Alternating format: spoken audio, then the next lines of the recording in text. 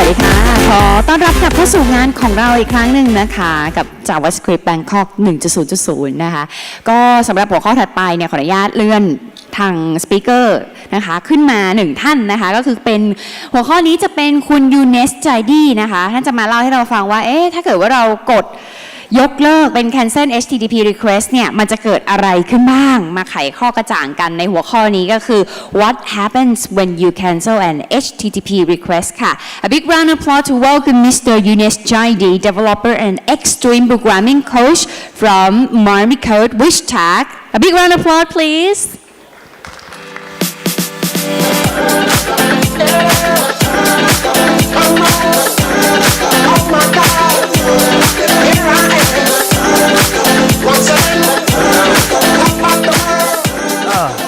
Hello everyone, is that all the welcoming you got?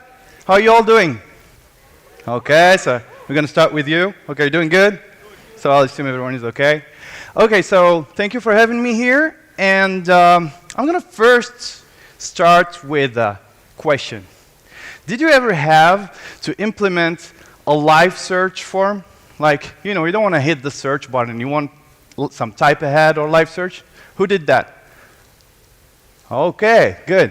Was it easy? Was it fun? Okay, no one. Okay, good.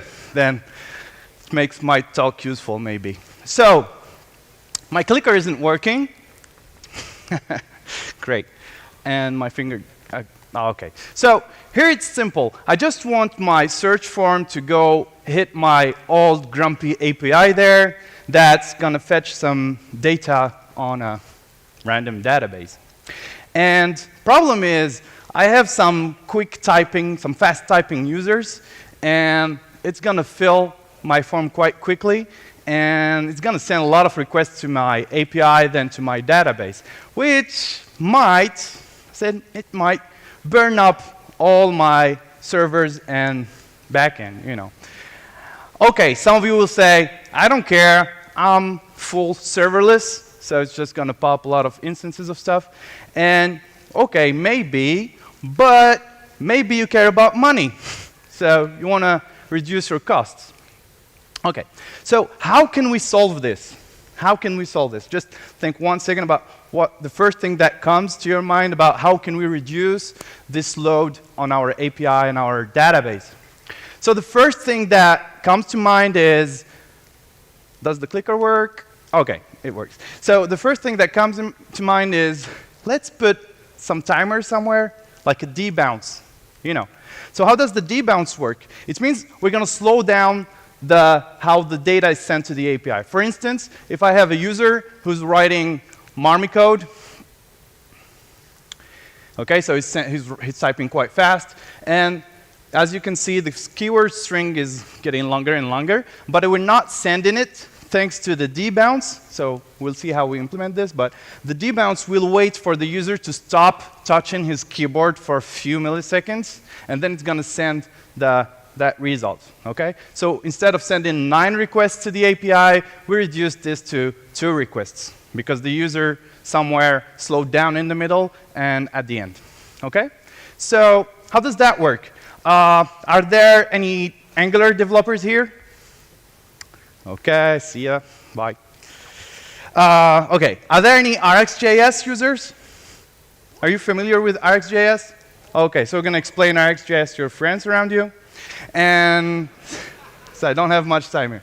So how does RxJS work? So we have a stream of data somewhere like keywords, $. The $ is for streams. It's like a naming convention. So anyway, it's a stream of data. Think about it like that. And then we go through some pipes, which are like operators that will transform our stream, and we get the final result.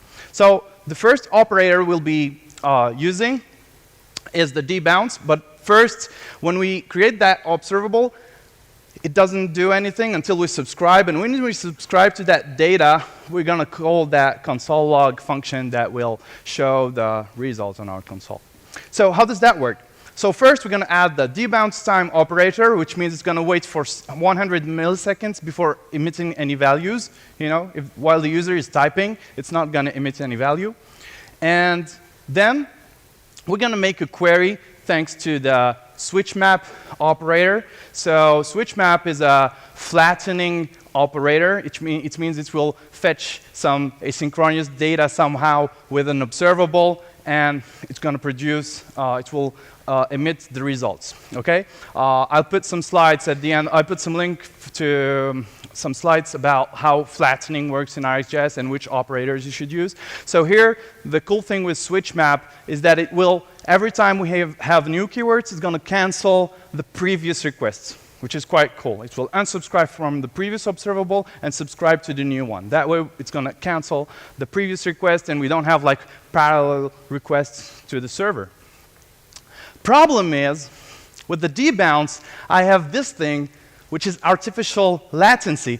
I mean, come on, we're all paying a lot of money, a lot of time to make like zero latency stuff and to reduce the latency everywhere on our databases and everything. And then we add this 100 milliseconds hard-coded latency to the user input. It's not crazy. So we have to get rid of this. If I get rid of this, it means I'm going to send a request to the API for every keywords the user is writing. And it will, every time we have new keywords, we're going to cancel the previous request and send a new one. So how does that work? Uh-oh. OK. So the thing is, every time the user is sending new keywords, we're going to cancel the previous request, as you can see here. Problem is, OK, we're canceling the previous request, so we're not consuming bandwidth and stuff. But what happens on the back end? Is the code still executed? What happens with the database? Is the query still executed? Are we consuming CPU and RAM and stuff or not? And what about calling another API somewhere? Are we still waiting for the result or not? What's happening? We still don't know. So that brings us to this thing I want to share with you is what happens when we cancel an HTTP request. Because it's quite cool to cancel an HTTP request when you don't need the data. But is the API still working there or not? So let me present myself. So I'm Younes. I'm from Lyon in France.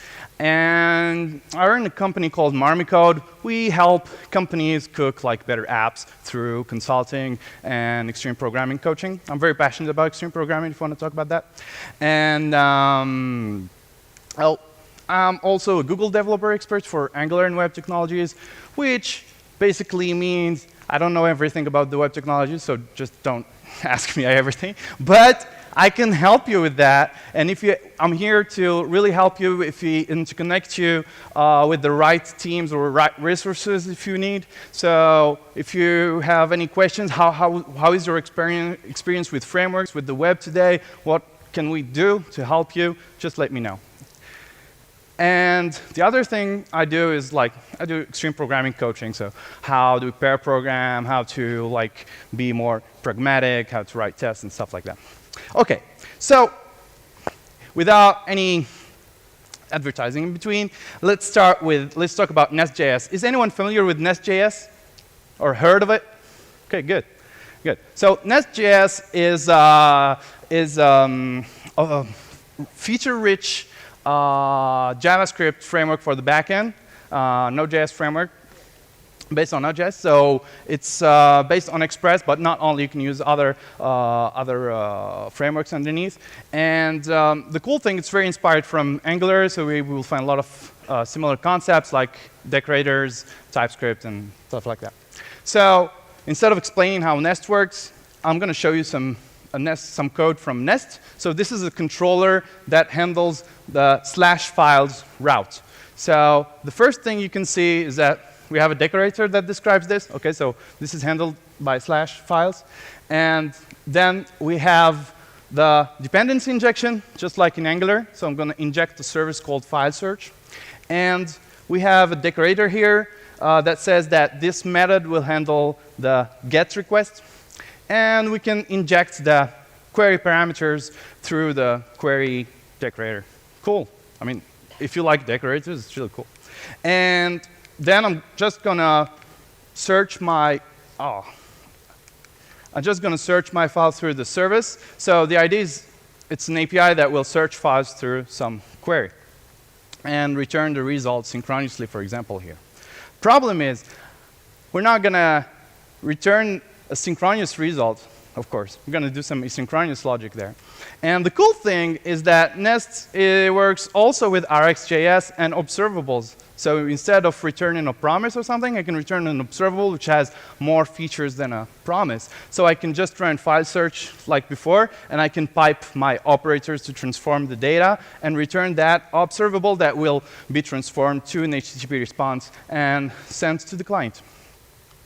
So why would I do that? Why would I use an observable? It's not a stream I have here of just having one response.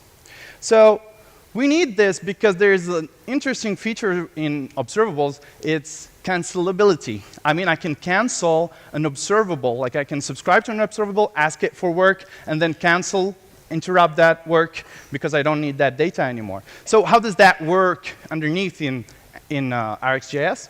Well, it works like this, like you create an observable manually like this with set interval, for example, which is not a great idea. It's not how interval works in RxJS.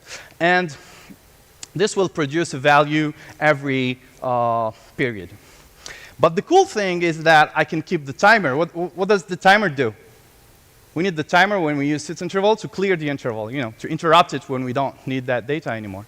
So that's where we return our tear down logic. So that's a great concept in observables, is that we return the kind of destructor, like the tear down logic that will be executed when we unsubscribe from that observable. So every time I unsubscribe from that data, I'm like, oh, I don't need that data anymore. It's going to clear the interval and stop the set interval.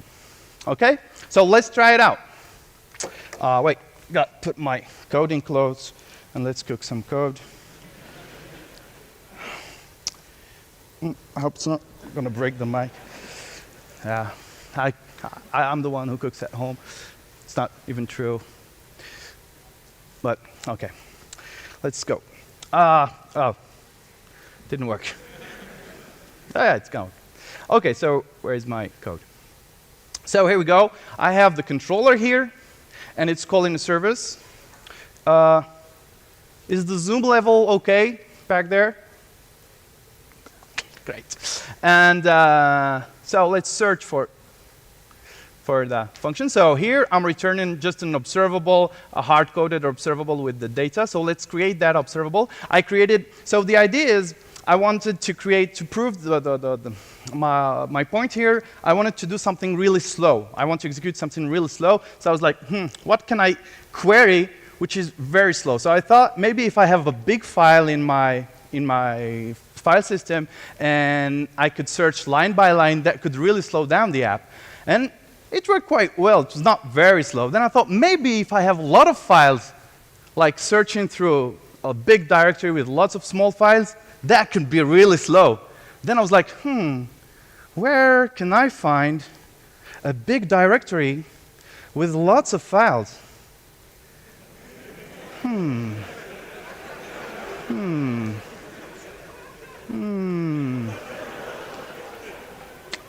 OK, that should do it. So I created this couple of stupid functions that just go through node modules. And here I have an observable that just pops out every file path it finds. So I'm going to pipe,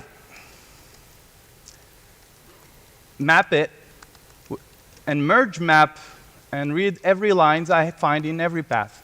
So merge map just will mix all the results from all the files. So for every file, I'm running a stream. I'm trying to get a stream of all the lines in there. I'm just reading line by line and creating an object for every line, which is like super unperformant, and I love it. So don't do this at home. Or if you really don't like our company or something, I don't know. So I'm filtering the lines. So every line is an object, and I have the content because I have like other fields, I guess. I have the file and the number. And I want the content to include my keywords. Yeah, here they are. And then I don't want this to run for an hour. And I want to group all the results in an array. So I'm going to use an operator called buffer time. So it will just wait 5 seconds at most and group everything in an array. And at the end, I want just one array. I don't want like lots of arrays. Like once I get my first array, I'm going to stop. And last step is here I'm getting all the lines And what I really need is an object with items inside. I don't know why I did that. I could have used just an array. But anyway. OK, good. So this should be really unperformant. So let's check it out. So in order to have like some live memory and CPU usage of my Node app, I had to create like small app for this. You will find the source code at the end. So here, look at this. Look at the network. Every time I write something, the previous request is canceled. But look at my Node.js app just going crazy. And now I get the results. Or, for example, suppose I just start searching a lot of stuff. So every key is every time I add a key, I add a character to my keywords, it's running a search on the API. And it keeps running. And even if I just send the keys, then I close the window,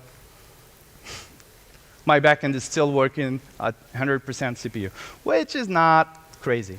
So it's quite a deception, because I was expecting that canceling the request on the browser would unsubscribe from my observable on the backend and stop the processing, but it didn't work. And so I had to dive into NestJS code, and I realized that somewhere it's just grabbing the observable and running the toPromise method and grabbing the data at the end and returning it with Express. So I had to find some way of detecting how the request is interrupted and unsubscribe at that moment from the observable. So let's go back to our slide. So we tried it out. It didn't work, as you already guessed. So it didn't work because, as I said, Nest doesn't unsubscribe automatically. So, but NestJS has this common thing we have in great frameworks in general, is like concepts like interceptors and stuff like that, that allow us to intercept every request. So here, what I'm doing is that I'm just writing an interceptor that grabs, intercepts like every request coming, and then I have a parameter called next, which is the handler that will really execute the code. It will be mapped to the right router there. And of course, it's returning an observable because we're using observables here. So this is just forwarding the request, nothing more. So I want to transform this. So what I'm going to do is I'm going to grab the request. Well, I'm switching to HTTP because it could be like a WebSocket or something. And I'm subscribing from events is a function from RxJS. It helps us subscribe to an event and unsubscribe at the end from it. So I'm subscribing to the close event, which is triggered by the socket, for that HTTP request. It works even with HTTP too. So, and I have now an observable called close that will trigger an event when the connection is shut down. But the cool thing is next.handle returns an observable, and there is a great operator in RxJS which is called takeUntil that will subscribe to that observable. It will subscribe to the response until something happens. And here the something is close event. So it will subscribe until the connection is closed, and then it will unsubscribe. So just by adding this interceptor to my app, it should work. So let's try it again. OK, I'm getting all impatient. And see what happens. Where's my code? So here in my module, I'm just adding providers, just like in Angular. I can add an interceptor, and it's exactly the code from my slide. Almost exactly. Well, anyway, it's exactly the same code. And let's see what happens. I didn't change anything in my code. I'm just adding this interceptor. OK. Look at this. OK, looks better. Of course, it's slow because like it's reading node modules. Come on. And now if I do this, send keys, you see it's not like 100% CPU. It's less. And the cool thing is, if I start a search and stop, it immediately stops the processing on the back end. Or if I start search, then I just close the window, it just stops all the processing on the back end. So it's just like if our back end detected that the browser just shut down or the connection was canceled. Okay. Now, let's go a little bit further. And instead of using my file search service, I'm going to use dependency injection here. And instead of using file search, I'm going to use file search Mongo. It's going to use MongoDB to do this. And Mongo was really super fast because I put like all the files in MongoDB and every line. And I couldn't slow it down enough. So the only way I found is like this hacky, ugly way where I'm executing like a function in Mongo to check every word in every line, which is not like the best. Don't do this at home. But it's really super slow, and I love it. And the cool thing, so let us see how it works. So without our interceptor that does all the magic, this is what we get. Wait. Stat service. I'm going to watch MongoDB stats. So this is not the CPU and memory from my Node.js. It's the CPU and memory from MongoDB.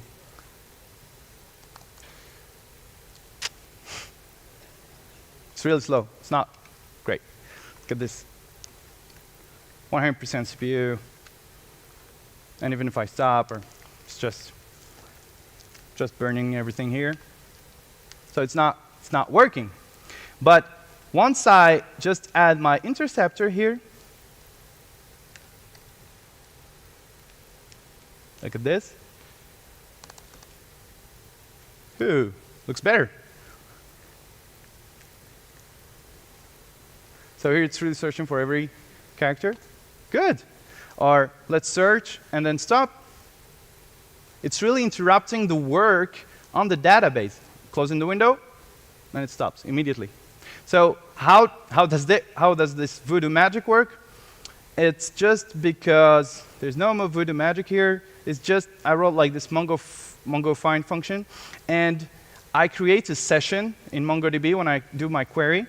And in the teardown logic, I just go really hardcore and I kill the session, which is something impossible. I don't think it's something you should do in production, or do it and let me know how it works. And because the session.end session didn't like stop the request violently. It's not very efficient. But the kill session works quite well, and I don't know. I'd use it, but use it first, please. Help yourself. Okay. So the clicker works? Good. So the idea is now what we change is that every time we make a request, it's going to cancel the request, the previous one, and it will propagate the cancellation, which is really cool. It means like, if, for example, you send a request to an API gateway, the gateway will cancel the request on the next server, the cloud function, blah, blah, blah, and you can cancel all the work if you have like a way to implement a teardown, which is not kill session, for example. Anyway, so every request will cancel the rest. So the key takeaways are think reactive. It's not easy, but it's really worth it. So it's a mind shift. We have to think reactive. It's another way of thinking. We think about streams and stuff. And the best way to learn is to practice. Use observables even for single values. Sometimes don't use observables. We use promises because we're like, oh, it's just one value, and let's just use a promise. Use observables even if you have a single value because you can cancel the request afterwards. You can cancel the processing. And do not ignore the teardown logic. Implement it, because sometimes like we implement like observables. I'm like, oh, I'm just going to create an observable. I don't care about the teardown. I'm not going to do the clear interval. So there can be memory leaks there and CPU leaks. And anyway. And yes, you can use RxJS everywhere. You can use it in Angular. You can use it without Angular. You can use it on the back end with NestJS. You can use it without Nest. You can use it everywhere, and it's really cool. You can use RxJS in your CLIs, like you write CLI command, and you can use our observables there. So these are the key takeaways, and it's almost the end, I guess. And last thing is, if you need any help, just get in touch with us at Marmicode. We do like consulting, extreme programming coaching. We do online consultations to help you like an hour here and there to just unlock like issues like, I run a kill session on my MongoDB, and like, I don't know. And we do code reviews. So we can remove the kill session stuff in Marmicode. And we do like some workshops and stuff like that on Angular and extreme programming and JavaScript in general. So you can find me online. You can follow me on Twitter. I'm going to share a blog post on this soon. And you can get in touch through my email here and through the website. You can find the slides on cancel.cancel-hcp. You will also find some slides for the RxJS flattening strategies and stuff like that. And I might add some links. Like, for example, if you have questions about where do I learn RxJS and stuff, I can add links there later if you want. So, Kapunka, and one last thing before you go crazy. Can I take a picture with you, guys? Yeah, and you do like, you pretend like it was really cool talk, like the best ever, and like, and there's like a huge party outside, and we're going there, and raise your hands like, oh, crazy, throw out your t-shirts and stuff or all your clothes. Yeah, I don't know if I see you, it's just all blurry. I'm really bad at selfies, I should train at home. And the guys from, hey, people from the top there. Hey, they have like gold tickets.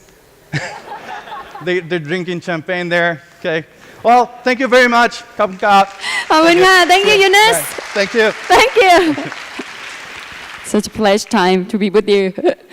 ก็นี่เป็นหัวข้อของคุณยูเนสนะคะท่านไหนที่สนใจอยากจะคุยกับคุณยูเนสต่อก็เรียนเชิญได้ที่ห้อง Q&A นะคะออกจากเทเตอร์เราไปหันขวาจะมีห้อง Q&A อยู่ด้านข้างทางฝั่งขวานะคะ so if you'd like to talk to him personally คุณยูเนส Jaaidi we have a Q&A room once you go out from this theater turn right and you will see the Q&A room okay พี่บอกว่าตอนนี้เนี่ยยังมีบางท่านที่ยังไม่ได้เลือกเมนูอาหารกลางวันนะคะอีกประมาณเซกชันเดียวนะคะเดี๋ยวเราจะมีวิทยากรอีกหนึ่งท่านหลังจากนั้นเราจะพักเบรกรับประทานอาหารกลางวันกันเพราะฉะนั้นตอนนี้รีบหยิบโทรศัพท์มือถือขึ้นมาเลยค่ะแล้วเข้าเบราว์เซอร์ไปที่ app.javascriptbangkok.com นะคะอันนี้ยังไม่ได้ขึ้นเนาะชื่องานของเราต้องพิมพ์ว่า app.